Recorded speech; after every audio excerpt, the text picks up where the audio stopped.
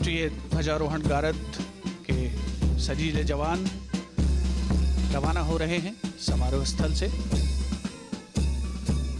इसमें शामिल थल सेना का प्रतिनिधित्व इस बार किया प्रथम गोरखा राइफल्स ने, क्योंकि 5वीं बटालियन जिसमें भाग ले रही थी। इसकी स्थापना 1942 में धर्मशाला में की गई थी और सभी को प्रतीक्षा प्रधानमंत्री महोदय के उद्बोधन की।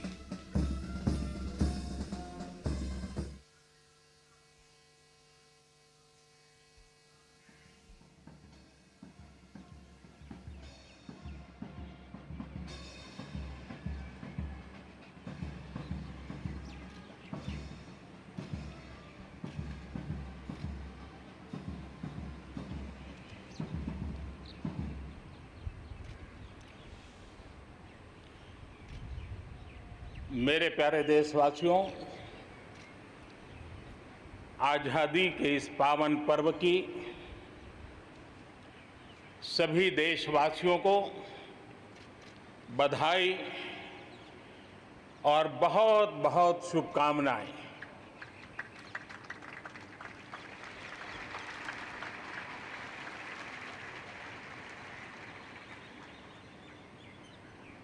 आज जो हम स्वतंत्र भारत में सांस ले रहे हैं, उसके पीछे मां भारती के लाखों बेटे बेटियों, उनका त्याग, उनका बलिदान और मां भारती को आजाद कराने के संकल्प के प्रति उनका समर्पण आज ऐसे सभी हमारे स्वातंत्र सेनानियों का, आज़ादी के वीरों का, नर बांकुरों का, वीर शहीदों का नमन करने का ये पर्व है। हमारे फौज के जाबाज जवान, हमारे अर्धसैनिक बल, हमारे पुलिस के जवान, सुरक्षा बल से जुड़े हुए हर कोई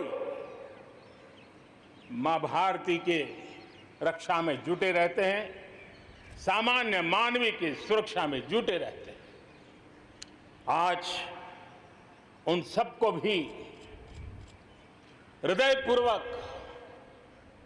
आदरपूर्वक स्मरण करने का, उनके महान त्याग तपस्या को नमन करने का पर्व है। एक नाम और, श्री अरविंद घोष क्रांति दूत से लेकर आध्यात्म की यात्रा, आज उनके संकल्प, उनका जन्म जयंती है। हमें उनके संकल्पों को, हमारे संकल्पों को पूर्ण करने के उनकी तरफ से आशीर्वाद बने रहे। हम एक विशिष्ट परिस्थिति से गुजर रहे हैं। आज छोटे छोटे बालक मेरे सामने नजर नहीं आ रहे। भारत का उज्जवल भविष्य क्यों? कोरोना ने सबको रोका हुआ है। इस कोरोना के कालखंड में लक्षावधि कोरोना वॉरियर्स, चाहे डॉक्टर हो, नर्सिस हो, सफाई कर्मी हो, एम्बुलेंस चलाने वाले लोग हो, किस किस के नाम गिनाऊंगा। उन लोगों ने इतने लंबे समय तक जिस प्रकार से सेवा परमो धर्मः इस मंत्र को जी करके दिखाया है, पूर्ण समर्पण भाव से मां भारती के लालों की सेवा की है, ऐसे सभी कोरोना वॉरियर्स को भी मैं आज नमन करता हूं। इस कोरोना के कालखंड में अनेक हमारे भाई बहन इस कोरोना के संकट में प्रभावित हुए हैं। कई परिवार प्रभावित हुए हैं। कईयों ने अपनी जान भी गंवाई है। मैं ऐसे सभी परिवारों के प्रति अपनी संवेदनशीलता प्रकट करता हूं और इस कोरोना के खिलाफ मुझे विश्वास है 130 करोड़ देशवासियों की अदम्य इच्छा शक्ति, संकल्प शक्ति हमें उसमें भी विजय दिलाएगी और हम विजयी होके रहेंगे। मुझे विश्वास है कि पिछले दिनों भी हम एक प्रकार से अनेक संकटों से गुजर रहे। बाढ़ का प्रकोप, खास करके नॉर्थ ईस्ट, पूर्वी भारत, दक्षिण भारत, पश्चिमी भारत के कुछ इलाके, कहीं लैंडस्लाइड, अनेक दिक्कतों का सामना लोगों को करना पड़ा है। अनेक लोगों ने अपनी जान गंवाई है। मैं उन परिवारों के प्रति भी मेरी संवेदना व्यक्त करता हूं और राज्य सरकारों के साथ कंधे से कंधा मिलाकर के ऐसी संकट की घड़ी में हमेशा देश एक बनकर के, चाहे केंद्र सरकार हो, राज्य सरकार हो, हम मिलकर के तत्काल जितनी भी मदद पहुंचाने का प्रयास कर सकते हैं, सफलतापूर्वक कर रहे हैं। मेरे प्यारे देशवासियों, आजादी का पर्व हमारे लिए, ये स्वतंत्रता का पर्व आजादी के वीरों को याद कर करके नए संकल्पों की ऊर्जा का एक अवसर होता है। एक प्रकार से हमारे लिए ये नई प्रेरणा लेकर के आता है, नया उमंग, नया उत्साह लेकर के आता है। और इस बार तो हमारे लिए संकल्प करना बहुत आवश्यक भी है और बहुत शुभ अवसर भी है, क्योंकि अगला जब हम आजादी का पर्व मनाएंगे तब हम 75 वर्ष में प्रवेश करेंगे। ये अपने आप में एक बहुत बड़ा अवसर है और इसलिए आज आने वाले 2 साल के लिए बहुत बड़े संकल्प लेकर के हमें चलना है। 130 करोड़ देशवासियों को चलना है। आजादी के 75 वर्ष में जब प्रवेश करेंगे और आजादी के 75 वर्ष जब पूर्ण होंगे, हम हमारे संकल्पों की पूर्ति का एक महापर्व के रूप में उसको भी मनाएंगे। मेरे प्यारे देशवासियों, हमारे पूर्वजों ने अखंड एक निष्ठ तपस्या करके त्याग और बलिदान की उच्च भावनाओं को प्रस्तावित करते हुए हमें जिस प्रकार से आजादी दिलाई है, उन्होंने न्यौछावर कर दिया है। लेकिन हम ये बात न भूलें कि गुलामी के इतने लंबे कालखंड में कोई भी पल ऐसा नहीं था, कोई भी क्षेत्र ऐसा नहीं था कि जब आजादी की ललक न उठी हो, आजादी की इच्छा को लेकर के किसी ने प्रयास न किया हो, जंग न किया हो, त्याग न किया हो और एक प्रकार से जवानी जेलों में खपा दी। जीवन के सारे सपनों को फांसी के फंदों को चूम करके आहूत कर दिया। ऐसे वीरों को नमन करते हुए और फिर एक तरफ सशस्त्र क्रांति का दौर, दूसरी तरफ जन आंदोलन का दौर, पूज्य बापू के नेतृत्व में राष्ट्र जागरण के साथ जन आंदोलन की एक धारा ने आजादी के आंदोलन को एक नई ऊर्जा दी और हम आजादी के पर्व को आज मना पा रहे हैं। इस आजादी के जंग में भारत की आत्मा को कुचलने के भी निरंतर प्रयास हुए हैं, अनगिनत प्रयास हुए हैं। भारत को अपनी संस्कृति, परंपरा, रीत रिवाज, इन सब से उखाड़ फेंकने के लिए क्या कुछ नहीं हुआ। वो कालखंड था, सैकड़ों सालों का कालखंड था। शाम दाम दंड भेद सब कुछ अपने चरम पर था और कुछ लोग तो ये मान के चलते थे कि हम तो यावत चंद्र दिवाकरो यहां पर राज करने के लिए आए हैं। लेकिन आजादी की ललक ने उनके सारे मंसूबों को जमीन दोस्त कर दिया। उनकी सोच थी कि इतना बड़ा विशाल देश, अनेक राजे रजवाड़े, भांति भांति की बोलियां, पहनावेश, खान पान, अनेक भाषाएं,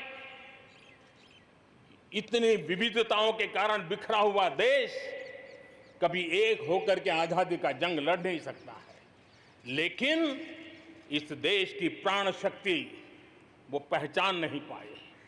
अंतर्भूत जो प्राण शक्ति है, एकता का सूत्र जो हमें सबको बांध करके रखा हुआ है, उसने आजादी के उस पर्व में पूरी ताकत के साथ जब वो मैदान में आया तो देश आजादी के जंग में विजयी हुआ।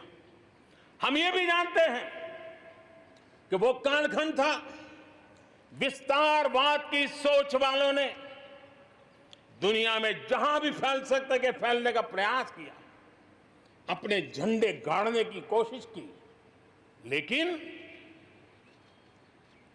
भारत का आजादी का आंदोलन दुनिया के अंदर भी एक प्रेरणा का पुंज बन गया, दिव्य स्तंभ बन गया और दुनिया में भी आजादी की ललक जगी। और जो लोग विस्तारवाद के अंधी दौड़ में लगे हुए थे, अपने झंडे गाड़ने में लगे थे, उन्होंने अपने इस मंसूबों को, विस्तारवाद के मंसूबों को पार करने के लिए दुनिया को दो महाविश्व युद्ध में झोंक दिया, मानवता को तहस नहस कर दिया, जिंदगियां तबाह कर दी, दुनिया को तबाह कर दिया। लेकिन ऐसे कालखंड में भी, युद्ध की विभीषिका के बीच भी भारत ने अपनी आजादी की ललक को नहीं छोड़ा, न कमी आने दी, न नमी आने दी। देश बलिदान करने की जरूरत पड़ी, बलिदान देता रहा, कष्ट झेलने की जरूरत पड़ी, कष्ट झेलता रहा, जन आंदोलन खड़ा करने की जरूरत पड़ी, जन आंदोलन खड़ा करता रहा।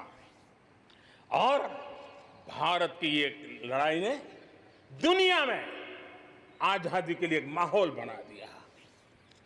और भारत की एक शक्ति ने दुनिया में जो बदलाव लाया, विस्तारवाद के लिए चुनौती बन गया भारत। इतिहास इस बात को कभी नकार नहीं सकता है। इतिहास इस बात को नहीं। मेरे प्यारे देशवासियों,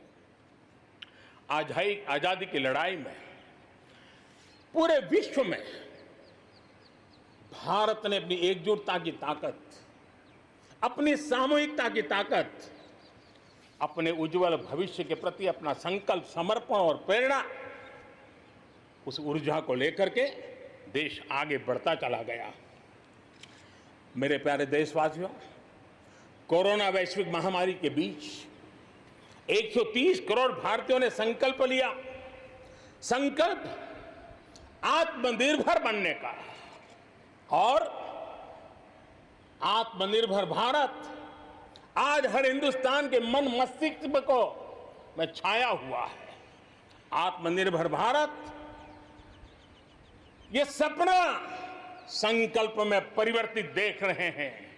आत्मनिर्भर भारत ये एक प्रकार से शब्द नहीं, ये आज 130 करोड़ देशवासियों के लिए मंत्र बन गया है।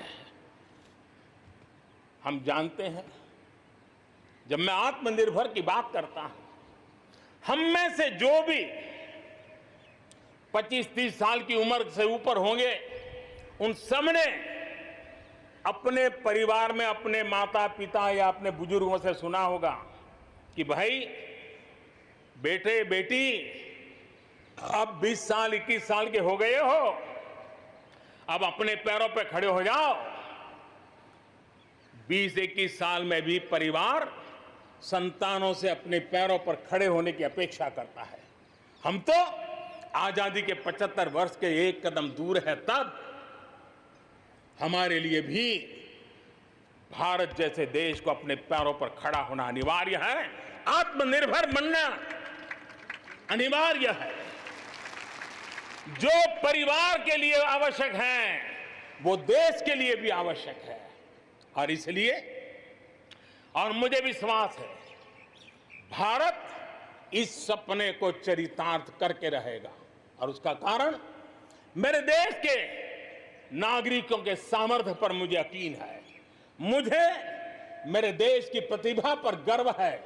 मुझे देश के युवाओं में, देश की मातृशक्ति में, हमारी महिलाओं में अप्रतिम सामर्थ्य जो है उस पर मेरा भरोसा है। मेरा हिंदुस्तान की सोच, हिंदुस्तान का अप्रोच, इस पर विश्वास है। और इतिहास गवाह है कि भारत एक बार ठान लेता है तो भारत करके रहता है।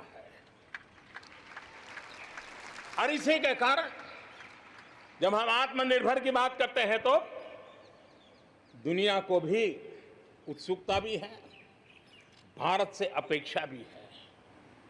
और इसलिए हमें उस अपेक्षा को पूर्ण करने के लिए अपने आप को योग्य बनाना बहुत आवश्यक है। हमें अपने आप को तैयार करना बहुत आवश्यक है। भारत के चिंतन में भारत जैसे विशाल देश, भारत युवा शक्ति से भरा हुआ देश, आत्मनिर्भर भारत की पहली शर्त होती है आत्मविश्वास से भरा हुआ भारत। उसकी यही नींव होती है और यही विकास को नई गति, नई ऊर्जा देने का सामर्थ्य रहती है।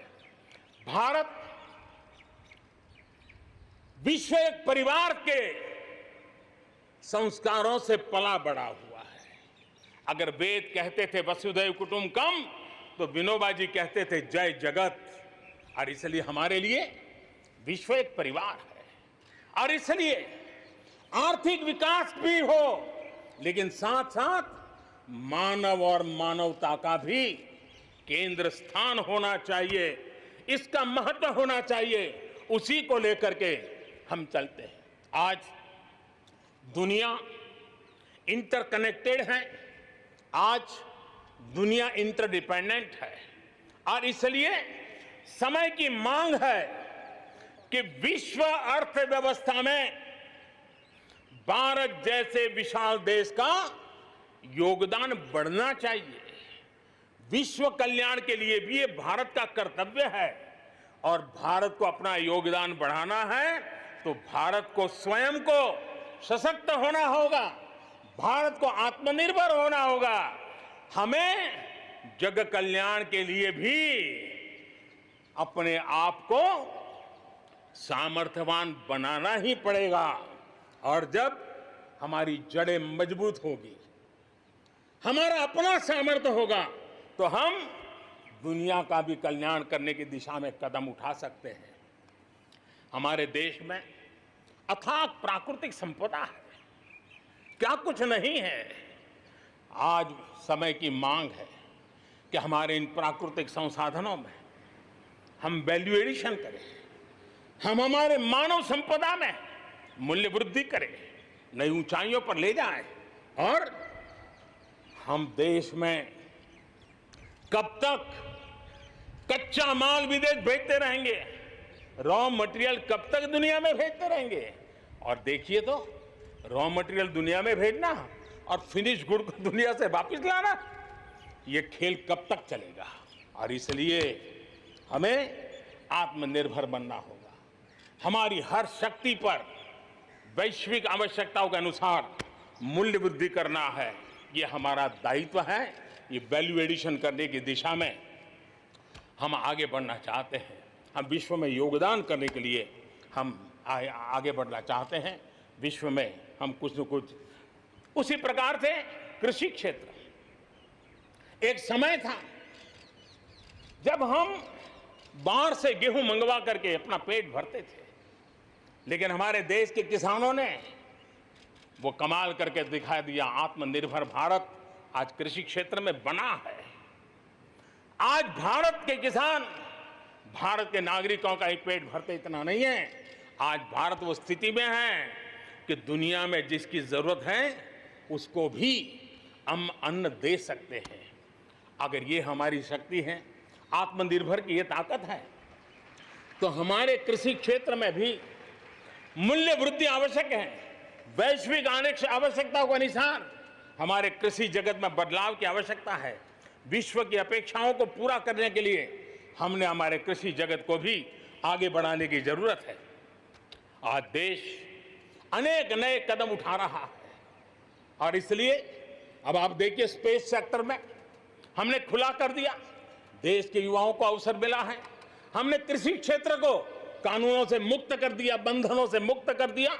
हमने आत्मनिर्भर बनाने का प्रयास किया हुआ है। जब भारत स्पेस सेक्टर में ताकतवर बनता है तो पड़ोसियों को जरूर उसका लाभ होता है। जब आप ऊर्जा के क्षेत्र में पावरफुल होते हैं तो जे देश अपना अंधेरा मिटाना चाहता है, भारत उसमें मदद कर सकता है। देश के जब हेल्थ सेक्टर का इंफ्रास्ट्रक्चर आत्मनिर्भर हो जाता है तो विश्व के अनेक देशों को टूरिज्म के रूप में, हेल्थ डेस्टिनेशन के रूप में भारत उनकी पसंदीदा बन सकता है। और इसलिए हमें आवश्यक है कि हम भारत में बने सामान की पूरी दुनिया में वाहवाही कैसी हो। और एक जमाना था हमारे देश में जो चीजें बनती थी, हमारे स्किल मैन पावर के द्वारा जो काम होता था, उसकी दुनिया में बहुत वाहवाह होती थी, इतिहास गवाह है। हमें जब आत्मनिर्भर की बात करते हैं तब सिर्फ इंपोर्ट कम करना इतना ही हमारी सोच नहीं है। जब आत्मनिर्भर की बात करते हैं तब हमारी ये जो कौशल्य है, हमारा जो ह्यूमन रिसोर्स का सामर्थ्य है, जब चीजें बाहर से आने लगती हैं तो उसका वो सामर्थ्य खत्म होता चला जाता है, पीढ़ी दर पीढ़ी वो नष्ट हो जाता है।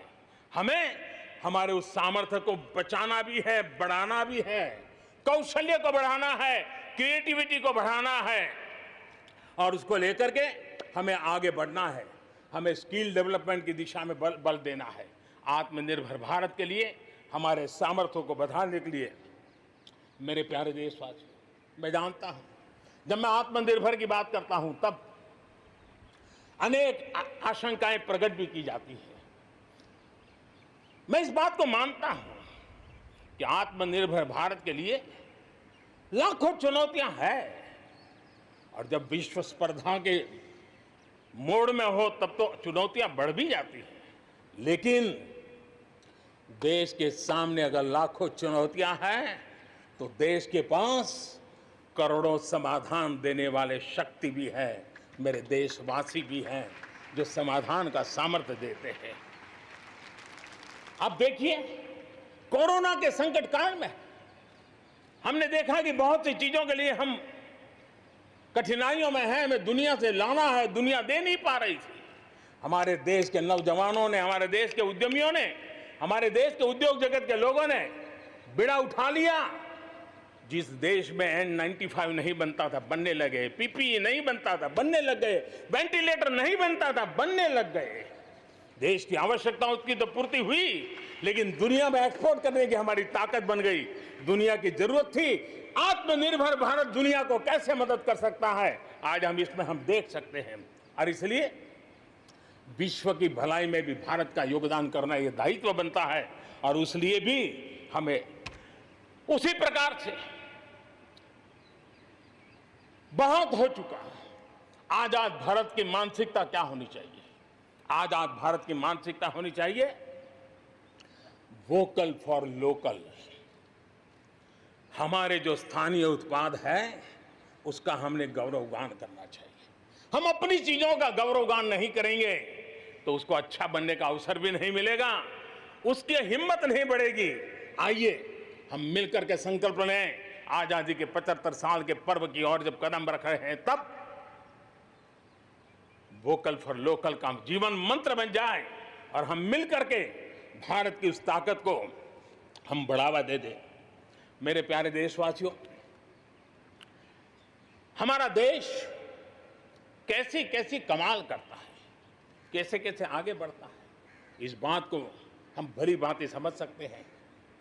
कौन सोच सकता था कि कभी गरीबों के जनधन खाते में लाखों करोड़ों रुपए सीधे ट्रांसफर हो जाएंगे? कौन सोच सकता था कि किसानों की भलाई के लिए एपीएमसी जैसा एक्ट में इतने बदलाव हो जाएंगे?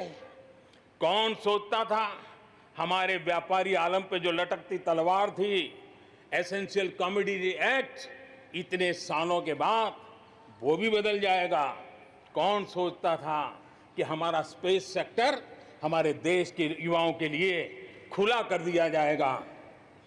आज हम देख रहे हैं राष्ट्रीय शिक्षा नीति हो, one nation one ration card की बात हो, वन नेशन वन ग्रिड की बात हो, वन नेशन वन टैक्स की बात हो, इंसॉल्वेंसी और बैंकरप्सी कोड उसकी बात हो, चाहे बैंकों को मर्जर करने का प्रयास हो, देश की सच्चाई बन चुकी है, देश की हकीकत है।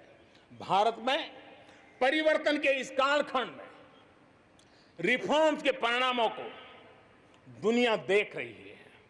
एक के बाद एक दूसरे से जुड़े हुए हम जो रिफॉर्म्स कर रहे हैं उसको दुनिया बहुत बारीकी से देख रही है और उसी का कारण है बीते वर्ष भारत में एफडीआई में अब तक के सारे रिकॉर्ड तोड़ दिए। फॉरेन डायरेक्ट इन्वेस्टमेंट अब तक के सारे रिकॉर्ड तोड़ दिए। बीते वर्ष भारत में एफडीआई में 18% की वृद्धि हुई है, बढ़ोतरी हुई है और इसलिए कोरोना काल में भी दुनिया की बड़ी बड़ी कंपनियां भारत की ओर रुख ले रही हैं। ये विश्वास ऐसे ही पैदा नहीं हुआ है, ऐसे ही दुनिया मोहित नहीं हुई है। इसके लिए भारत ने अपनी नीतियों पर, भारत ने अपने लोकतंत्र पर, भारत ने अपनी अर्थव्यवस्था की बुनियाद की मजबूती पर जो काम किए हैं उसने ये विश्वास जगाया है। दुनिया भर के अनेक बिजनेस भारत को सप्लाई चेन के केंद्र के रूप में आज देख रहे हैं। अब हमें मेक इन इंडिया के साथ साथ मेक फॉर वर्ल्ड ये मंत्र को लेकर के भी हमें आगे बढ़ना है। 130 करोड़ देशवासियों का सामर्थ्य, जब एक ही समय में, जरा याद कीजिए पिछले कुछ दिन, और 130 करोड़ देशवासियों के सामर्थ्य के लिए गर्व कीजिए। कोरोना के इस महाकालखंड में एक तरफ चक्रवात, पूरब में भी चक्रवात, पश्चिम में भी चक्रवात, बिजली गिरने से अनेक लोगों की मौत की खबरें, कहीं पर बार बार भूस्खलन की घटनाएं, छोटे मोटे भूकंप के झटके, इतना कम था तो हमारे किसानों के लिए टिड्डी दल की आपत्तियां आई। न जाने एक साथ एक के बाद एक मुसीबतों का अंबार लग गया, लेकिन उसके बावजूद भी देश जरा भी अपना विश्वास नहीं खोया। देश आत्मविश्वास के साथ आगे बढ़ता जाया गया।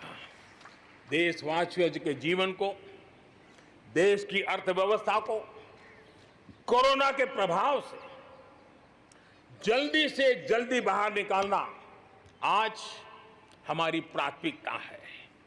इसमें अहम भूमिका रहेगी नेशनल इंफ्रास्ट्रक्चर पाइपलाइन प्रोजेक्ट की। इस पर 110 लाख करोड़, उससे भी ज्यादा खर्च किए जाएंगे।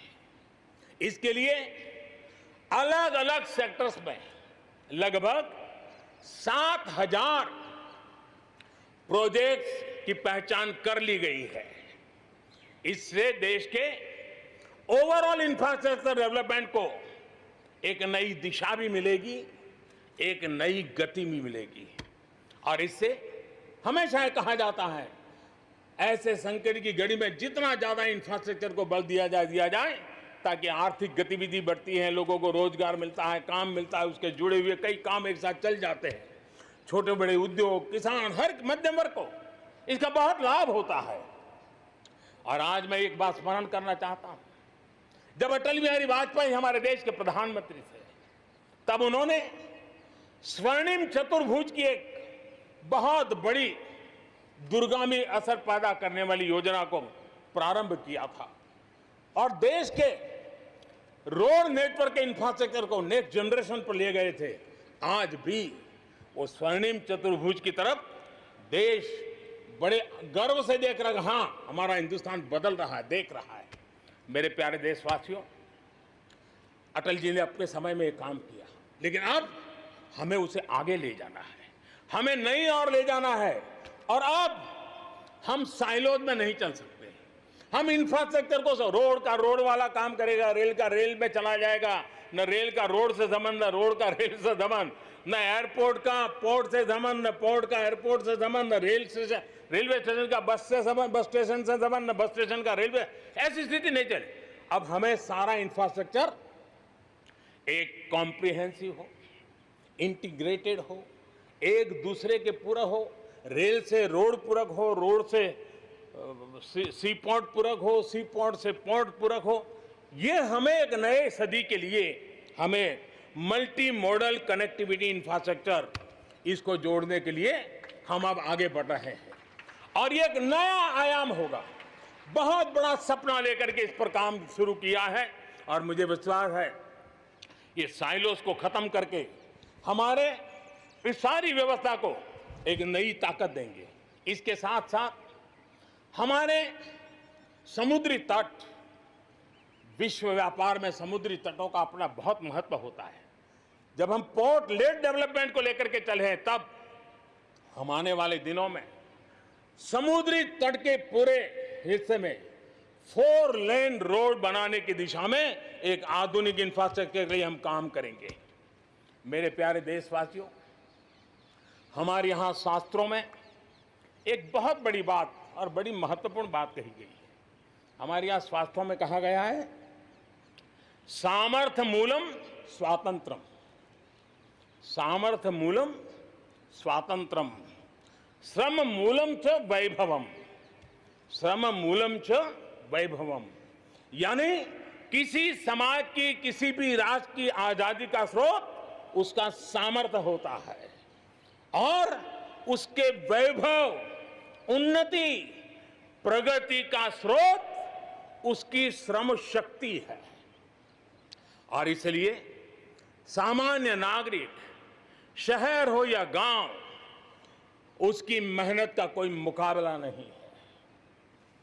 मेहनत का समाज को जब सुविधाएं मिलती है, जीवन का संघर्ष, रोजमर्रा की मुसीबतें कम होती है, तो उसकी ऊर्जा, उसकी शक्ति बहुत खिल उठती है, बड़े कमाल करके देती है। बीते 6 वर्षों में देश के मेहनत कश नागरिकों का जीवन बेहतर बनाने के लिए अनेक विविध कामों का सिलसिला चलाया गया है, अनेक अभियान चलाए गए हैं।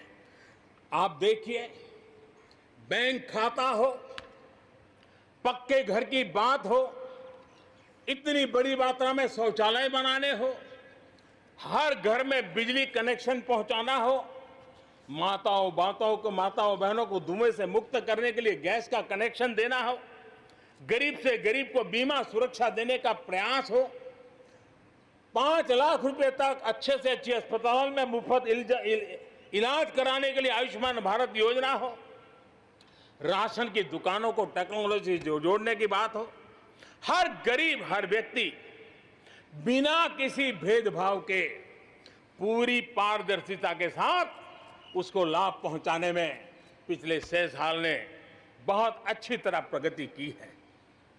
कोरोना के संकट में भी इन व्यवस्थाओं में बहुत मदद मिली है। इस दौरान करोड़ों गरीब परिवारों को मुफ्त गैस सिलेंडर पहुंचना, राशन कार्ड हो या न हो, 80 करोड़ से ज्यादा मेरे देशवासियों को उनके घर का चूल्हा जलता रहे, 80 करोड़ देशवासियों को मुफ्त में अनाज पहुंचाने का काम हो, 90,000 करोड़ रुपए से ज्यादा सीधे बैंक खाते में पैसे ट्रांसफर हो। कुछ वर्ष पहले तो सोच भी नहीं सकते थे, कल्पना ही नहीं कर सकते थे कि दिल्ली 1 रुपये से 1 रुपया निकले और 100 के 100 पैसे गरीब के खाते में जमा हो जाए। ये पहले कभी सोचा भी नहीं जा सकता है। अपने ही गांव में रोजगार के लिए गरीब कल्याण रोजगार अभियान शुरू किया गया है। श्रमिक साथी खुद को रिस्किल करे, अपस्किल करे, इस पर विश्वास करते हुए, श्रम शक्ति पे भरोसा करते हुए, गांव के संसाधनों पर भरोसा करते हुए हम वोकल फॉर लोकल को बल देते हुए रीस्किल अपस्किल के द्वारा हम हमारे देश की श्रम शक्ति को, हमारे गरीबों को एम्पावर करने की दिशा में हम काम कर रहे हैं। शहर में हमारे जो श्रमिक हैं, क्योंकि आर्थिक गतिविधि का केंद्र शहर है, गांव से लोग दूर दूर से शहरों में आते हैं। स्ट्रीट वेंडर्स हो, रेडी पटरी वाले लोग हो, आज बैंकों से उनको सीधा पैसा देने की योजना चल रही है। लाखों लोगों ने इतने कम समय में कोरोना के कालखंड में इसका फायदा उठाया है। अब उनको कहीं से ज्यादा ब्याज से खानगी स्तर पर पैसे लेने की जरूरत नहीं पड़ेगी, बैंक से वो अधिकार से अपने पैसे ले पाएगा।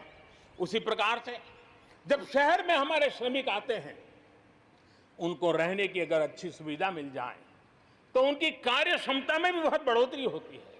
और इसी बात को ध्यान में रखते हुए शहर के अंदर उनके लिए हमने आवास की व्यवस्था की एक बहुत बड़ी योजना बनाई है, ताकि शहर के अंदर जब श्रमिक आएगा तो वो अपने काम के लिए मुक्त मन से पूरे विश्वास के साथ आगे बढ़ पड़ेंगे।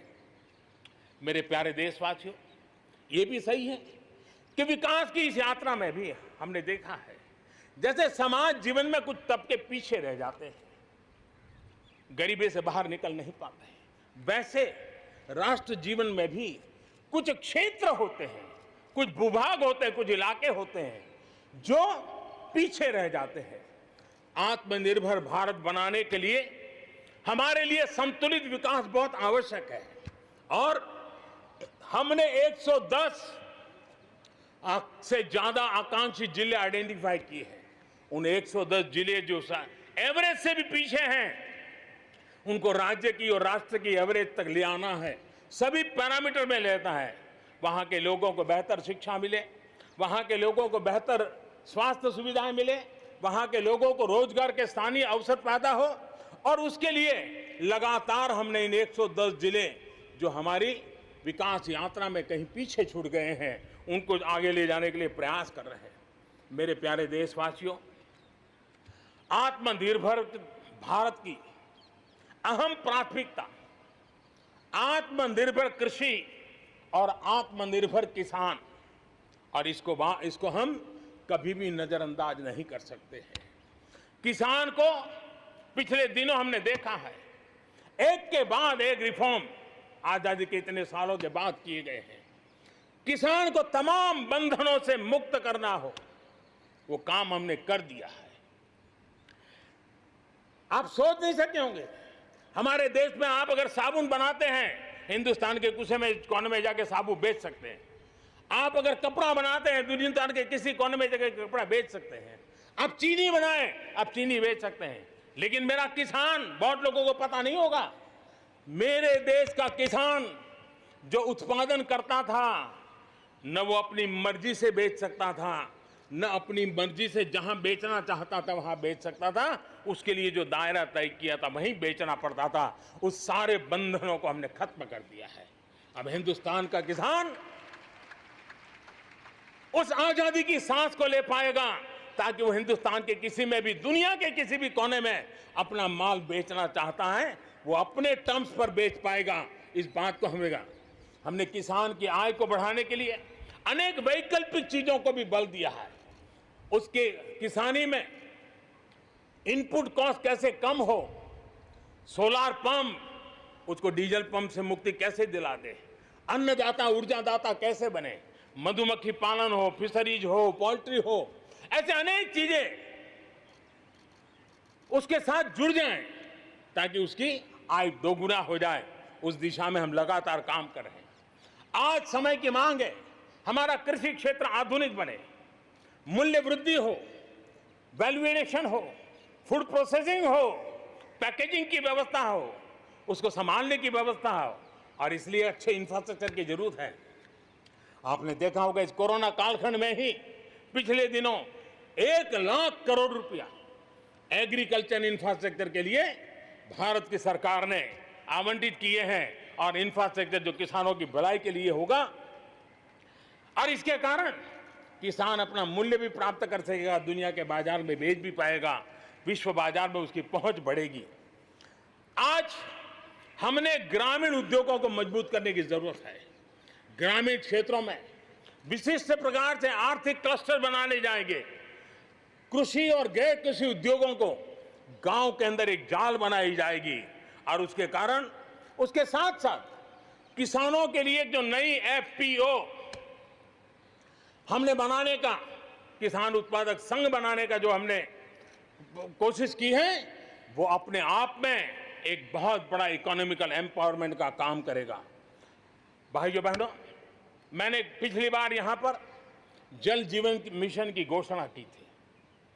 आज उसको 1 साल हो रहा है। मैं आज गर्व से कह सकता हूं कि जो हमने सपना लिया है कि पीने का शुद्ध जल, नल से जल हमारे देशवासियों को मिलना चाहिए। स्वास्थ्य की समस्याओं का समाधान भी शुद्ध पीने के जल से जुड़ा हुआ होता है।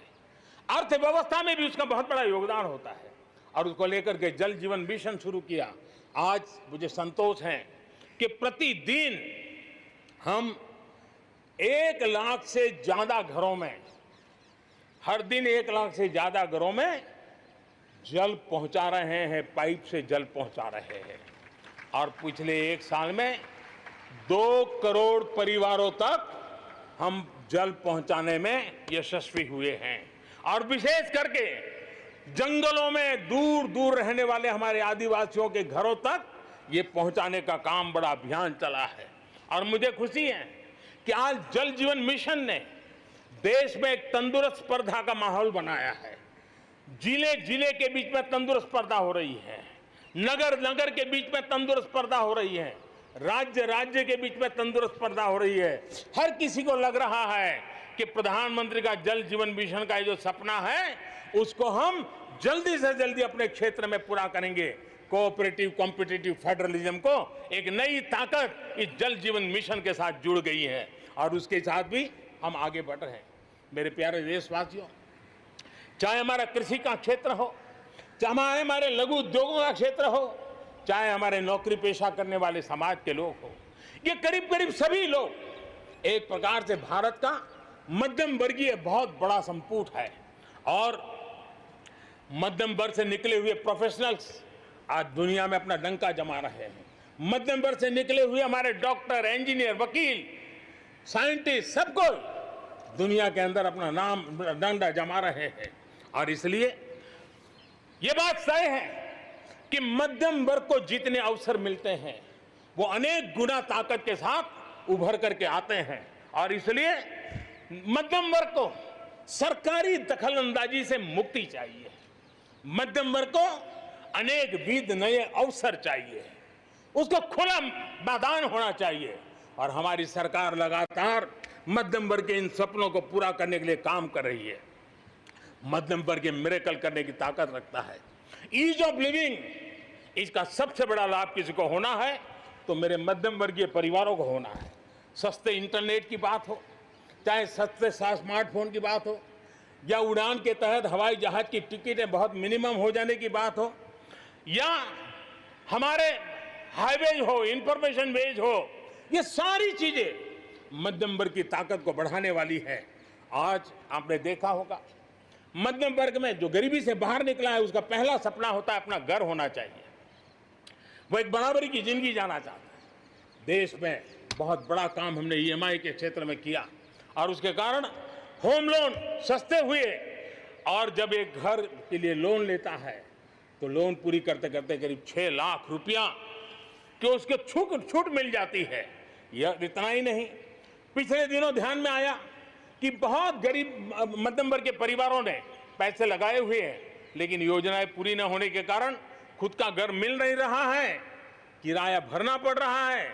भारत सरकार ने 25,000 करोड़ रुपया का विशिष्ट फंड बना करके ये जो आधे अधूरे घर हैं उनको पूरा करके मध्यम वर्गीय परिवारों को घर मिल जाए, उसके लिए हमने अब कदम उठाया है। जीएसटी में बहुत तेजी से टैक्सेशन कम हुआ है, इनकम टैक्स कम हुआ है। आज मिनिमम उस प्रकार के व्यवस्थाओं के साथ हम देश को आगे बढ़ाने का प्रयास कर रहे हैं। कोऑपरेटिव बैंकों को आरबीआई से जोड़ना, ये अपने आप में मध्यम वर्गीय परिवारों के पैसों को सुरक्षित रखने की गारंटी इसके साथ जुड़ी हुई है। एमएसएमई सेक्टर में जो रिफॉर्म्स हुए हैं, एग्रीकल्चर सेक्टर में जो रिफॉर्म्स हुए हैं, इसका सीधा सीधा लाभ हमारे मध्यम वर्गीय मेहनतकश परिवारों को जाने वाला है। और उसके कारण हजारों करोड़ रुपए के स्पेशल फंड आज जो हमारे व्यापारी बंधुओं को, हमारे में लघु उद्योगकारों को हम दे रहे हैं, उनको इसका लाभ मिलने वाला है।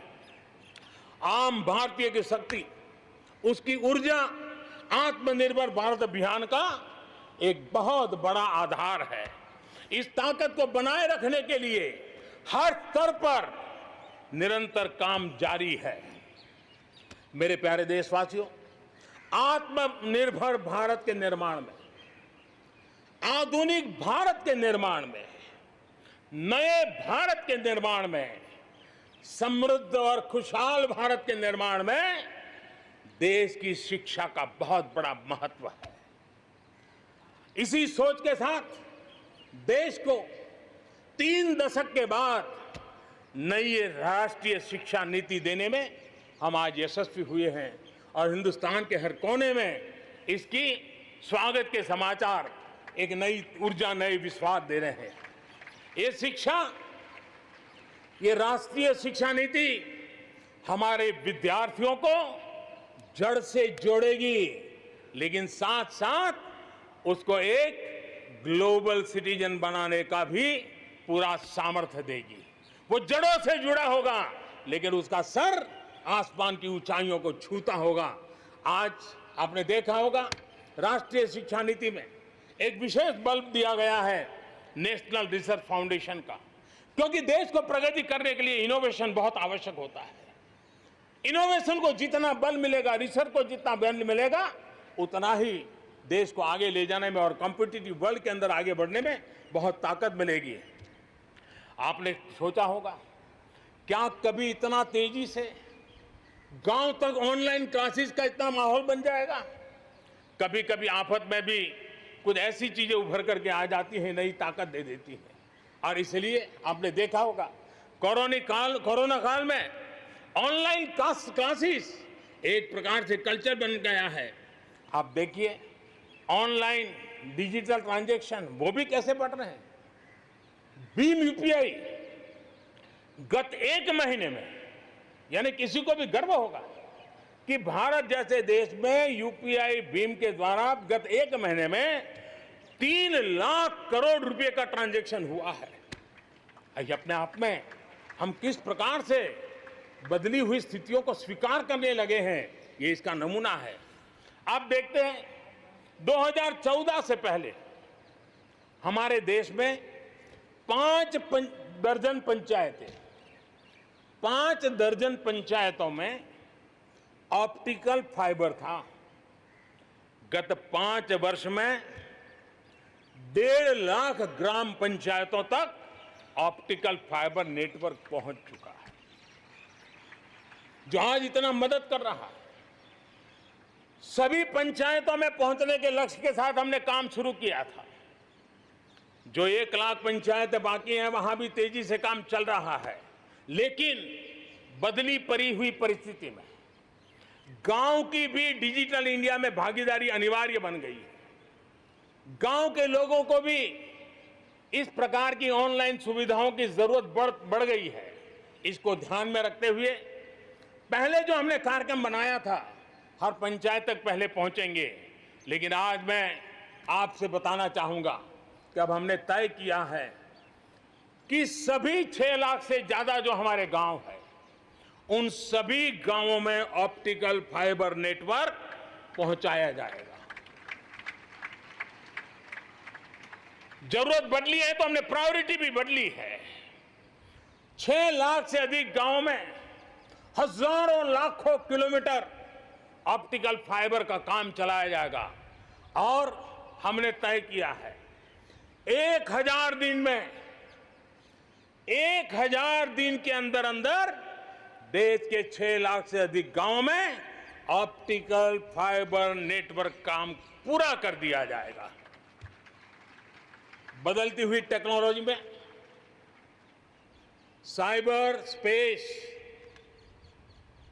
ये हमारी निर्भरता बढ़ती ही जाने वाली है। लेकिन साइबर स्पेस में खतरे भी जुड़े हुए होते हैं, भली भांति दुनिया इससे अब परिचित है, और इनसे देश के सामाजिक ताने बाने, हमारी अर्थव्यवस्था और हमारे देश के विकास पर भी खतरे पैदा करने का ये आसान मार्ग बन सकता है। और इसलिए भारत इसमें बहुत सचेत है, भारत बहुत सतर्क है और इन खतरों का सामना करने के लिए फैसले ले रहा है। इतना ही नहीं, नई व्यवस्थाएं भी लगातार विकसित की जा रही है। बहुत ही अल्प समय में नई साइबर सुरक्षा रणनीति, इसका एक पूरा खाका देश के सामने आएगा। आने वाले समय में सब इकाइयों को जोड़ करके हम इस साइबर सिक्योरिटी के अंदर सबको एक साथ चलना पड़ेगा, उसके लिए आगे बढ़ने की रणनीति बनाएंगे। मेरे प्यारे देशवासियों, भारत में महिला शक्ति को जब जब भी अवसर मिले उन्होंने देश का नाम रोशन किया, देश को मजबूती दी है। महिलाओं को स्वरोजगार और रोजगार के समान अवसर देने के लिए आज देश प्रतिबद्ध है। आज भारत में महिलाएं अंडरग्राउंड कोयले की खदान में काम कर रही हैं, तो आज मेरे देश की बेटियां फाइटर प्लेन भी उड़ा करके आसमान की बुलंदियों को चूम रही है। आज भारत दुनिया के उन देशों में है जहां नौसेना और वायुसेना में महिलाओं को कॉम्बैट रोल में शामिल किया जा रहा है। गर्भवती महिलाओं को सैलरी के साथ 6 महीने की छुट्टी देने का फैसले की बात हो, हमारे देश की महिलाएं जो 3 तलाक के कारण पीड़ित रहती थी, वैसी हमारी मुस्लिम बहनों को मुक्ति दिलाने, आजादी दिलाने का काम हो, महिलाओं के आर्थिक सशक्तिकरण की बात हो। 40 करोड़ जो जनधन खाते खोले गए हैं, उसमें 22 करोड़ खाते हमारी बहनों के हैं। कोरोना काल में करीब 30,000 करोड़ रुपए इन बहनों के खाते में जमा कर दिए गए हैं। मुद्रा लोन 25 करोड़ के करीब मुद्रा लोन दिए गए, उसमें 70% मुद्रा लोन लेने वाली हमारी माताएं बहनें हैं। प्रधानमंत्री आवास योजना के तहत जो खुद का घर मिल रहा है, उसमें अधिकतम रजिस्ट्री भी महिलाओं के नाम हो रही है। मेरे प्यारे देशवासियों, गरीब बहन बेटियों की बेहतर स्वास्थ्य की भी चिंता यह सरकार लगातार कर रही है। हमने जन औषधि केंद्र के अंदर 1 रुपये में सैनिटरी पैड पहुंचाने के लिए एक बहुत बड़ा काम किया। 6000 जन औषधि केंद्रों में पिछले कुछ थोड़े से समय में ही करीब 5 करोड़ से ज्यादा सैनिटरी पैड हमारी इन गरीब महिलाओं तक पहुंच चुके हैं। बेटियों में कुपोषण खत्म हो, उनकी शादी की सही आयु क्या हो, इसके लिए हमने कमेटियां बना की रचना की है। उसका रिपोर्ट आते ही बेटियों की शादी की उम्र के बारे में भी उचित फैसले लिए जाएंगे। मेरे प्यारे देशवासियों, इस कोरोना के सेक्टर में कालखंड में हेल्थ सेक्टर की तरफ ध्यान जाना बहुत स्वाभाविक है, और इसलिए आत्मनिर्भर की सबसे बड़ी सीख हमें हेल्थ सेक्टर ने इस संकट के काल में सिखा दी है, और उस लक्ष्य में प्राप्त करने के लिए हमें आगे भी बढ़ना है। अब देखिए, कोरोना के समय, उसके पूर्व हमारे देश में सिर्फ एक लैब थी टेस्टिंग के लिए। आज 1400 लैब्स का नेटवर्क है, हिंदुस्तान के हर कोने में फैला हुआ है। जब कोरोना का संकट आया तो एक दिन में सिर्फ 300 टेस्ट हो पाते थे। इतने कम समय में हमारे लोगों ने वो शक्ति दिखा दी है कि आज हर दिन 7 लाख से ज्यादा टेस्ट हम कर पाए, कहाँ 300 से शुरू किया था और कहाँ हम 7 लाख तक पहुंच गए। देश में नए एम्स, नए मेडिकल कॉलेज का निर्माण, आधुनिकीकरण की दिशा में निरंतर प्रयास ये हम कर रहे हैं। 5 साल में MBBS, MD में 45,000 से ज़्यादा स्टूडेंट्स के लिए सीटों की बढ़ोतरी की गई है। गांव में 1.5 लाख से ज़्यादा वेलनेस सेंटर, और उसमें से करीब 1/3 तो ऑलरेडी कार्यरत हो गए हैं, जिन्होंने इस कोरोना में बहुत बड़ी मदद की है। कोरोना के काल में वेलनेस सेंटर्स की भूमिका ने गांव की बहुत बड़ी मदद की है। हेल्थ सेक्टर में आज से एक बहुत बड़ा अभियान शुरू होने जा रहा है और उसमें टेक्नोलॉजी का भी बहुत बड़ा रोल रहेगा। आज से नेशनल डिजिटल हेल्थ मिशन उसका भी आरंभ किया जा रहा है। भारत के हेल्थ सेक्टर में ये एक नई क्रांति ले आएगा। इलाज में आने वाली परेशानियां कम करने के लिए टेक्नोलॉजी का बहुत सुविचारित रूप से उपयोग होगा।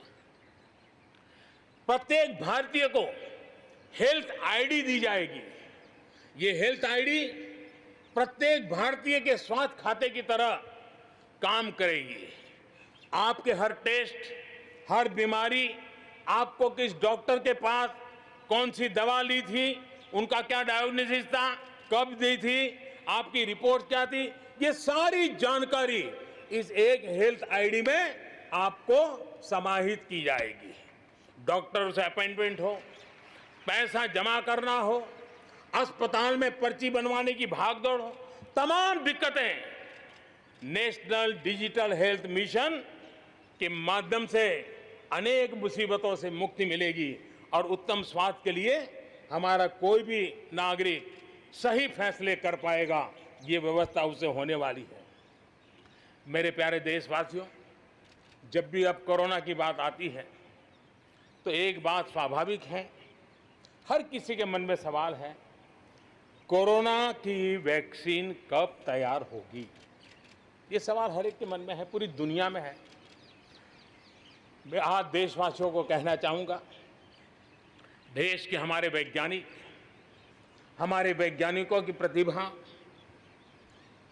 एक ऋषि मुनि की तरह लेबोरेटरी में जी जान से जुटे हुए हैं, अखंड एक निष्ठ तपस्या कर रहे हैं, बड़ी कड़ी मेहनत कर रहे हैं और भारत में एक नहीं, दो नहीं,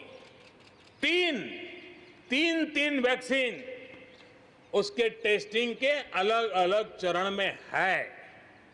वैज्ञानिकों से जब हरी झंडी मिल जाएगी, बड़े पैमाने पर प्रोडक्शन होगा और उसकी तैयारियां भी पूरी तरह रेडी हैं और तेजी से प्रोडक्शन के साथ वैक्सीन हर भारतीय तक कम से कम समय में कैसे पहुंचे, उसका खाका भी तैयार है, उसका रूपरेखा भी तैयार है।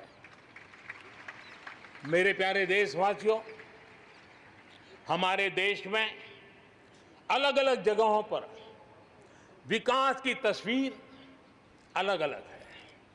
कुछ क्षेत्र बहुत आगे हैं, कुछ क्षेत्र बहुत पीछे हैं।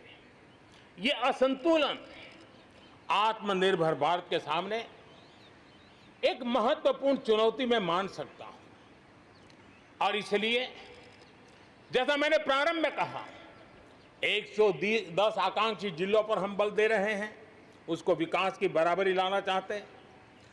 हम विकास के इकोसिस्टम बनाना, कनेक्टिविटी को सुधारना, ये हमारी प्राथमिकता है। अब आप देखें, हिंदुस्तान का पश्चिमी भाग और हिंदुस्तान को मध्य से देखिए, हिंदुस्तान का पूर्वी भाग, पूर्वी उत्तर प्रदेश हो, बिहार हो, बंगाल हो, नॉर्थ ही हो, उड़ीसा हो, ये सारे हमारे क्षेत्र अपार संपदा है, प्राकृतिक संपदा के भंडार है। यहाँ के लोग सामर्थ्यवान है, शक्तिवान है, प्रतिभावान है, लेकिन अवसरों के अभाव में ये क्षेत्र हमारे असंतुलन रहा है और इसलिए हमने अनेक नए कदम उठाए।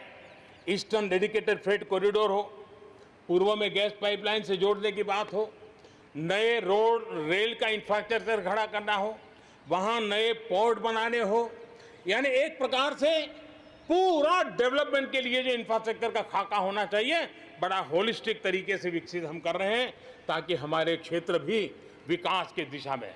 उसी प्रकार से लेह लद्दाख करगिल जम्मू कश्मीर एक क्षेत्र, एक प्रकार से इस क्षेत्र को 1 वर्ष पूर्व 370 से आजादी मिल चुकी है। 1 साल पूरा हो चुका है। ये 1 साल जम्मू कश्मीर के एक नई विकास यात्रा का बड़ा महत्वपूर्ण पड़ाव है।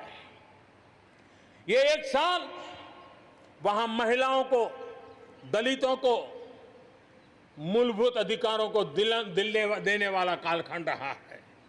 ये हमारे शरणार्थियों को गरिमापूर्ण जीवन का भी 1 साल रहा है। विकास का लाभ गांव और गरीब तक पहुंचाने के लिए बैक टू विलेजेस जैसे विशेष अभियान चलाए जा रहे हैं। आयुष्मान योजना को बेहतरीन तरीके से आज जम्मू कश्मीर लद्दाख के क्षेत्र में उपयोग किया जा रहा है। मेरे प्यारे देशवासियों, लोकतंत्र की मजबूती, लोकतंत्र की सच्ची ताकत हमारी चुनी हुई स्थानीय इकाइयों में है।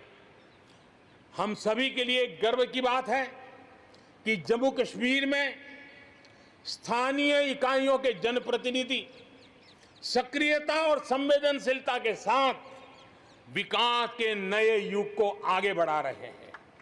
मैं उनके वहीं के सभी पंच सरपंचों को हृदय से बहुत बहुत बधाई देता हूं विकास यात्रा में उनकी सक्रिय भागीदारी के लिए। जम्मू कश्मीर में डिलिमिटेशन की प्रक्रिया चल रही है। सुप्रीम कोर्ट के निवृत्त न्यायमूर्ति के नेतृत्व में डिलिमिटेशन का काम चल रहा है और जल्दी से डिलिमिटेशन का काम पूरा होते ही भविष्य में वहां चुनाव हो, जम्मू कश्मीर के एमएलए हो, जम्मू कश्मीर के मंत्रीगण हो, जम्मू कश्मीर के मुख्यमंत्रीगण हो, नई ऊर्जा के साथ विकास के मार्ग पर आगे बढ़े। इसके लिए देश प्रतिबद्ध भी है और प्रयासरत भी है। लद्दाख को केंद्र शासित प्रदेश बना करके बरसों पुरानी जो उनकी मांग थी, उनकी आकांक्षा थी, उस आकांक्षा को हमने पूर्ण करने का, उनको सम्मानित करने का एक बहुत बड़ा काम किया है। हिमालय की ऊंचाइयों में बसा लद्दाख विकास के नए शिखर की ओर आगे बढ़ रहा है। अब सेंट्रल यूनिवर्सिटी वहां पर बन रही है, नए रिसर्च सेंटर बन रहे हैं, होटल मैनेजमेंट के कोर्सेज वहां चल रहे हैं। बिजली के लिए 7,500 मेगावाट के सोलर पार्क के निर्माण की योजना बन रही है। लेकिन मेरे प्यारे देशवासियों, लद्दाख की कई विशेषता हैं। उन विशेषताओं को हमें संभालना भी है, संवारना भी है। और जैसे सिक्किम ने, हमारे नॉर्थ ईस्ट में सिक्किम ने अपनी एक ऑर्गेनिक स्टेट की पहचान बनाई है, वैसे ही लद्दाख, लेह, करगिल, ये पूरा क्षेत्र हमारे देश के लिए कार्बन न्यूट्रल इकाई के रूप में उसकी पहचान बना सकता है। और इसके लिए भारत सरकार वहां के नागरिकों के साथ मिलकर के एक नमूना रूप, प्रेरणा रूप कार्बन न्यूट्रल और वो भी विकास का मॉडल, वहां की आवश्यकताओं की पूर्ति वाला मॉडल, उस दिशा में हम आगे बढ़ रहे हैं। मेरे प्यारे देशवासियों, भारत ने दिखाया है कि पर्यावरण के साथ संतुलन रखते हुए भी तेज विकास संभव है। आज भारत वन वर्ल्ड, वन सन, वन ग्रिड के विजन्स के साथ पूरी दुनिया में को खास करके सूर्य ऊर्जा के क्षेत्र में प्रेरित कर रहा है। रिन्यूएबल एनर्जी के उत्पादन के मामले में आज भारत दुनिया के 5 टॉप देशों में अपनी जगह बना चुका है। प्रदूषण के समाधान को लेकर भारत सजग भी है और भारत सक्रिय भी है।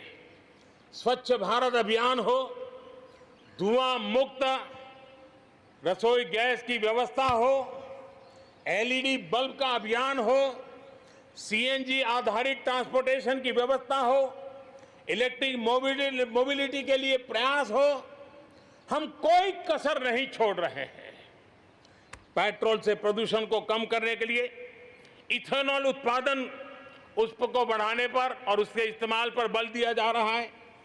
5 साल पहले हमारे देश के अंदर इथेनॉल की क्या स्थिति थी? 5 साल पहले हमारे देश में 40 करोड़ लीटर उत्पादन होता था। आज 5 साल में 5 गुना हो गया और आज 200 करोड़ लीटर इथेनॉल हमारे देश में बन रहा है, जो पर्यावरण के लिए बहुत उपयोगी हो रहा है। मेरे प्यारे देशवासियों, देश के 100 शहरों में, चुने हुए 100 शहरों में प्रदूषण कम करने के लिए हम एक होलिस्टिक अप्रोच के साथ, एक इंटीग्रेटेड अप्रोच के साथ, एक जन भागीदारी के साथ आधुनिक टेक्नोलॉजी का उपयोग भरपूर करते हुए हम उसे प्रदूषण कम करने की दिशा में एक मिशन मोड में काम करने वाले हैं। मेरे प्यारे देशवासियों, भारत इस बात को गर्व से कह सकता है, भारत उन बहुत कम देशों में से एक है जहां जंगलों का विस्तार हो रहा है। अपनी बायोडायवर्सिटी के संरक्षण और संवर्धन के लिए भारत पूरी तरह संवेदनशील है। हम लोगों ने सफलतापूर्वक प्रोजेक्ट टाइगर, प्रोजेक्ट एलिफेंट हमने सफलतापूर्वक आगे बढ़ाया है। हमारे यहाँ टाइगर की आबादी बढ़ी है।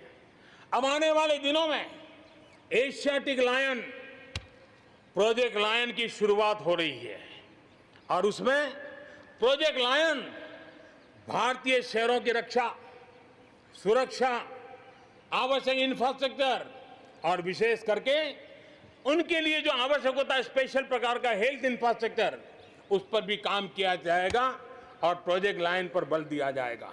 साथ ही एक और काम को भी हम बढ़ावा देना चाहते हैं और वो है प्रोजेक्ट डॉल्फिन चलाया जाएगा। नदियों में, समंदर में रहने वाली दोनों तरह की डॉल्फिन्स पर हम फोकस करेंगे। इससे बायोडायवर्सिटी को भी बल मिलेगा और रोजगार के अवसर भी मिलेंगे। ये टूरिज्म के आकर्षण का भी केंद्र होता है, तो इस दिशा में भी हम आगे बढ़ने वाले हैं। मेरे प्यारे देशवासियों, जब हम एक असाधारण लक्ष्य को लेकर के असाधारण यात्रा पर निकलते हैं तो रास्ते में चुनौतियों की भरमार होती है और चुनौतियां भी असामान्य होती है। इतनी आपदाओं के बीच ही सीमा पर भी देश के सामर्थ्य को चुनौती देने के दुष्प्रयास हुए हैं, लेकिन एलओसी से लेकर एलएसी तक देश की संप्रभुता पर जिस किसी ने आंख उठाई, देश की सेना ने, हमारे वीर जवानों ने उसका उसी की भाषा में जवाब दिया है।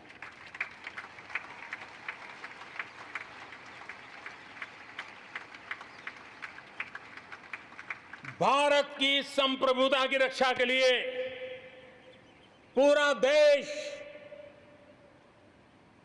एक जोश से भरा हुआ है, संकल्प से प्रेरित है और सामर्थ्य पर अटूट श्रद्धा के साथ आगे बढ़ रहा है। इस संकल्प के लिए हमारे वीर जवान क्या कर सकते हैं, देश क्या कर सकता है,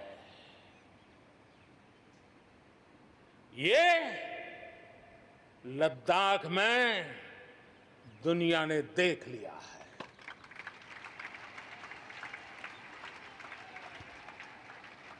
मैं आज मातृभूमि पर न्योछावर उन सभी वीर जवानों को लाल किले की प्राचीर से आदरपूर्वक नमन करता हूं। आतंकवाद हो या विस्तारवाद, भारत आज डटकर मुकाबला कर रहा है। आज दुनिया पर का भारत पर विश्वास और मजबूत हुआ है। पिछले दिनों संयुक्त राष्ट्र सुरक्षा परिषद के अस्थायी सदस्य के रूप में 192 में से 192 में से 184 देखो सो कहा भारत को समर्थन मिलना, ये हमारे हर हिंदुस्तानी के लिए गर्व दिलाता है। विश्व में हमने कैसी अपनी पहुंच बनाई है, उसका यह उदाहरण है।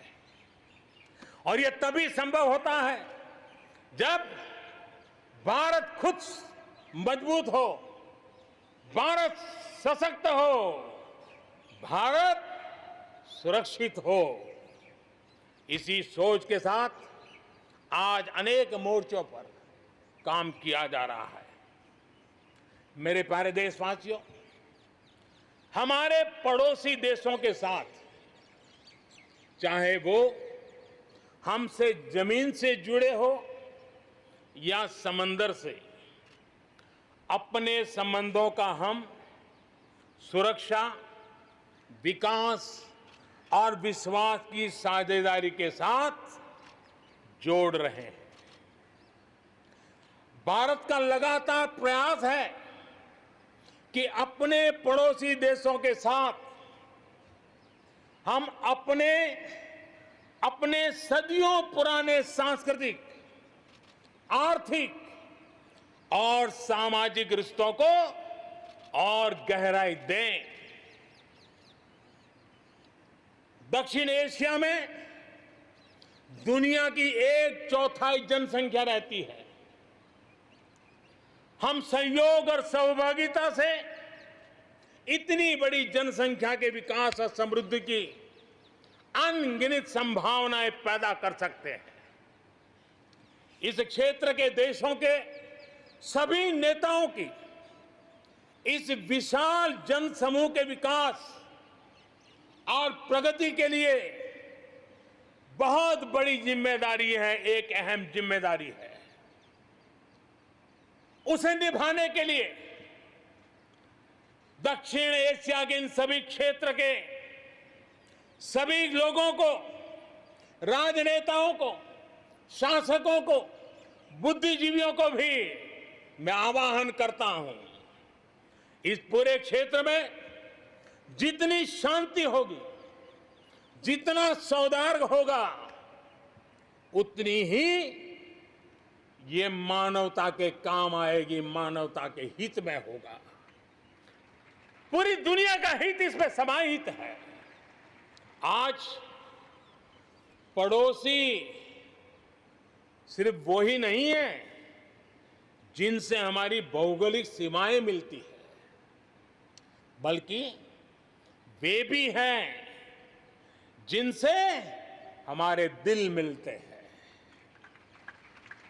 जहां रिश्तों में समरसता होती है, मेलजोल रहता है। मुझे खुशी है कि बीते कुछ समय में भारत ने एक्सटेंडेड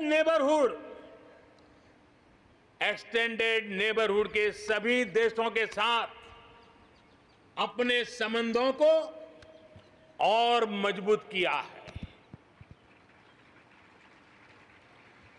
पश्चिम एशिया के देशों से हमारे राजनीतिक, आर्थिक और मानवीय संबंधों की प्रगति में कई गुना तेजी आई है। विश्वास अनेक गुना बढ़ गया है। इन देशों के साथ हमारे आर्थिक संबंध, खासकर ऊर्जा क्षेत्र में भागीदारी बहुत महत्वपूर्ण है। इनसे कई देशों में, इन सभी देशों में, ज्यादातर देशों में बहुत बड़ी संख्या में हमारे भारतीय भाई बहन काम कर रहे हैं।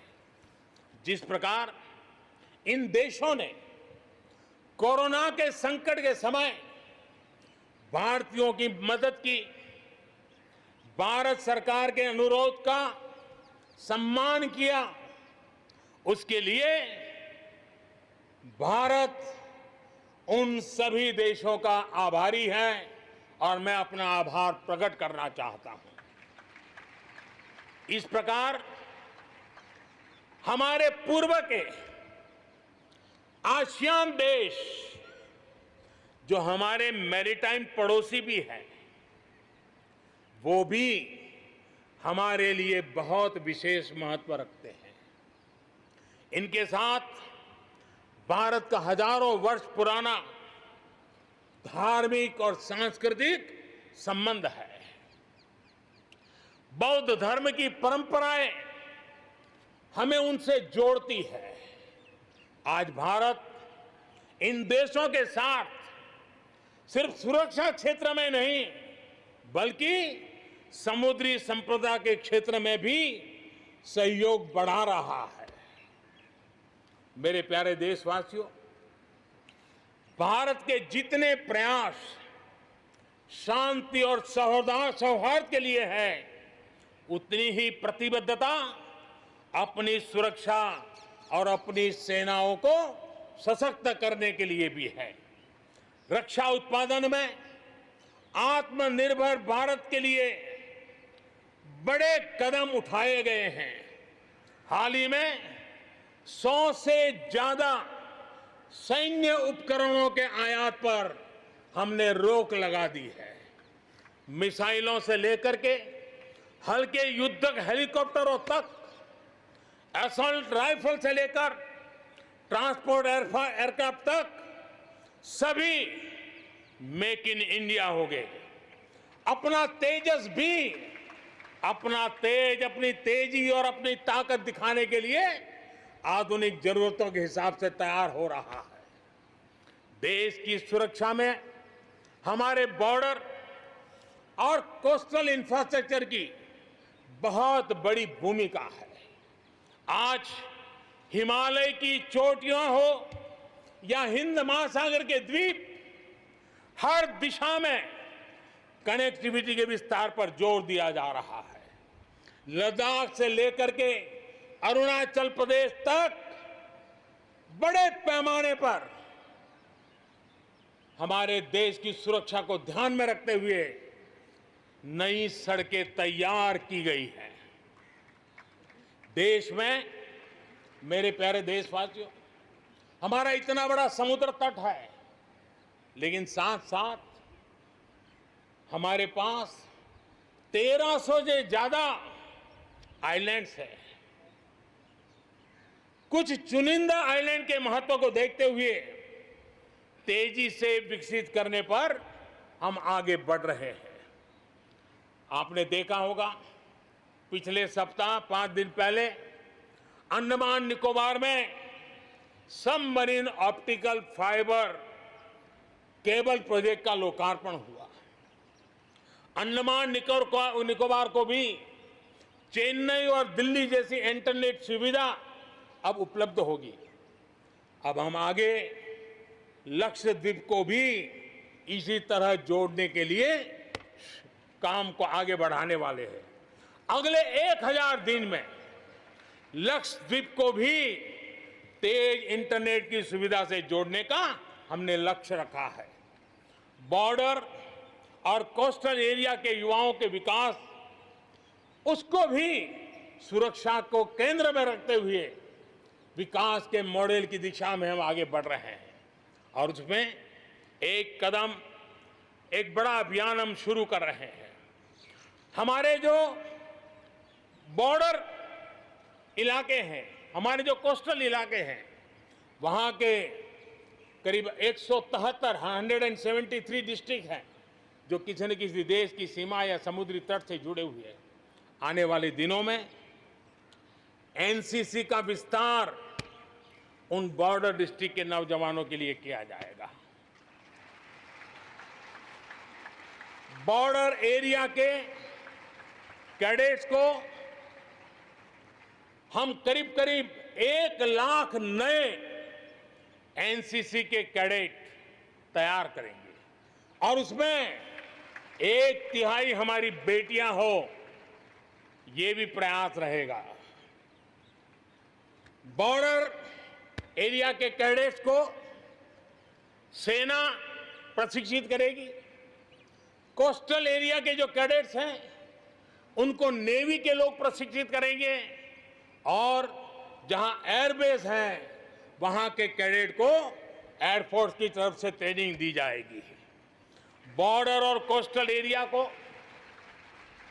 आपदाओं से निपटने के लिए एक ट्रेन्ड मैन पावर मिलेगा। युवाओं को आर्म फोर्सेस में कैरियर बनाने के लिए जरूरी स्किल भी मिलेगी। मेरे प्यारे देशवासियों, पिछले वर्ष लाल किले से मैंने कहा था, बीते 5 साल आवश्यकताओं की पूर्ति और अगले 5 साल आकांक्षाओं की पूर्ति के हैं। बीते 1 साल में ही देश ने बड़े और महत्वपूर्ण फैसलों के पड़ाव को पार कर लिया है। गांधी 150 पर भारत ने गांवों को खुद को खुले में शौच से मुक्त किया है। आस्था की वजह से प्रताड़ित शरणार्थियों को नागरिकता देने का कानून, दलितों, पिछड़ों, ओबीसी के लिए, एससी, एसटी, ओबीसी के लिए आरक्षण के अधिकार को बढ़ाने की बात हो, असम और त्रिपुरा में ऐतिहासिक शांति समझौता हो, फौज की सामूहिक शक्ति को और प्रभावी बनाने के लिए चीफ ऑफ डिफेंस स्टाफ की नियुक्ति हो, करतारपुर साहिब कॉरिडोर का रिकॉर्ड समय में निर्माण हो, देश ने इतिहास बनाया, इतिहास बदले देखा, असाधारण काम करके दिखाया। 10 दिन पूर्व अयोध्या में भगवान राम के भव्य मंदिर का निर्माण शुरू हुआ। राम जन्मभूमि के सदियों पुराने विषय का शांतिपूर्ण समाधान हो चुका है। देश के लोगों ने जिस संयम के साथ और समझदारी के साथ आचरण किया है, व्यवहार किया है, यह अभूतपूर्व है और भविष्य के लिए हमारे लिए प्रेरणा का कारण है। शांति, एकता और सद्भावना, यही तो आत्मनिर्भर भारत की ताकत बनने वाली है। यही मेलजोल, यही सद्भाव भारत के उज्जवल भविष्य की गारंटी है। इसी सद्भाव के साथ हमें आगे बढ़ना है। विकास में के इस महायज्ञ में हर हिंदुस्तानी को अपनी कुछ न कुछ आहुति देनी है। इस दशक में भारत नई नीति और नई रीति के साथ ही आगे बढ़ेगा। जब साधारण से काम नहीं चलेगा, अब होती है चलती का वक्त अब चला गया। हमें दुनिया में किसी से कम नहीं, हम सबसे ऊपर रहने का प्रयास करेंगे और इसलिए हम सर्वश्रेष्ठ उत्पादन, सर्वश्रेष्ठ ह्यूमन रिसोर्सेज, सर्वश्रेष्ठ गवर्नेंस, हर चीज में सर्वश्रेष्ठ के लक्ष्य को लेकर के आजादी के 75 साल के लिए हमें आगे बढ़ना है।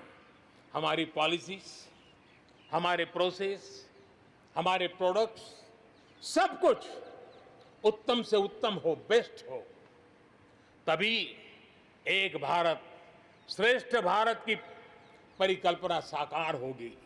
आज हमें फिर से संकल्प लेने की जरूरत है।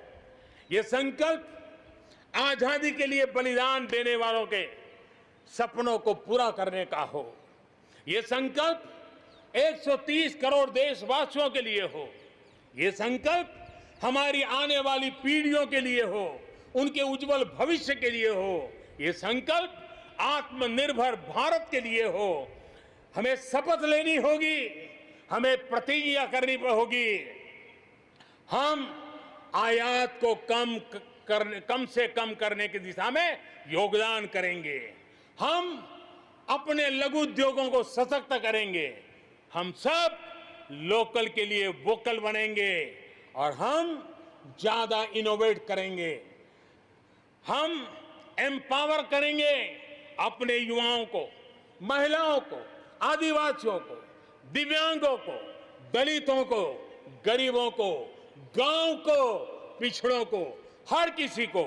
आज भारत ने असाधारण गति से असंभव को संभव किया है।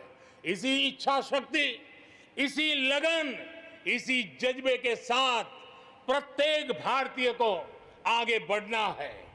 वर्ष 2022 हमारी आजादी के 75 वर्ष का पर्व अब बस आ ही गया है। हम एक कदम दूर है। हमें दिन रात एक कर देना है। 21वीं सदी का ये तीसरा दशक हमारे सपनों को पूरा करने का दशक होना चाहिए। कोरोना बड़ी विपत्ति है, लेकिन इतनी बड़ी नहीं कि आत्मनिर्भर भारत की विजय यात्रा को वो रोक पाए। मैं देख सकता हूं एक नए प्रभात की लालिमा, एक नए आत्मविश्वास का उदय, एक नए आत्मनिर्भर भारत का शंखनाद। एक बार फिर आप सभी को स्वाधीनता दिवस की कोटि कोटि शुभकामनाएं। आइए मेरे साथ दोनों हाथ के ऊपर करके पूरी ताकत से बोलिए, भारत माता की, भारत माता की, भारत माता की, वंदे वंदे वंदे, जय हिंद।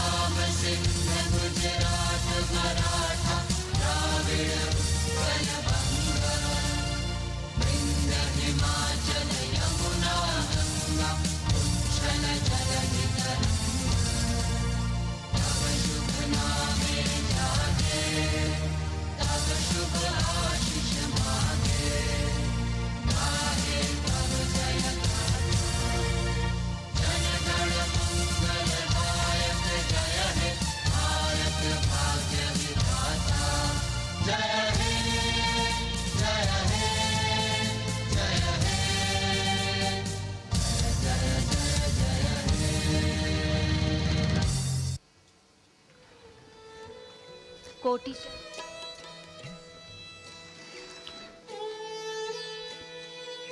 माननीय प्रधानमंत्री महोदय ने 74वें स्वाधीनता दिवस के अवसर पर अपने उद्बोधन में देश के सामने जो प्राथमिकताएं हैं उनका उल्लेख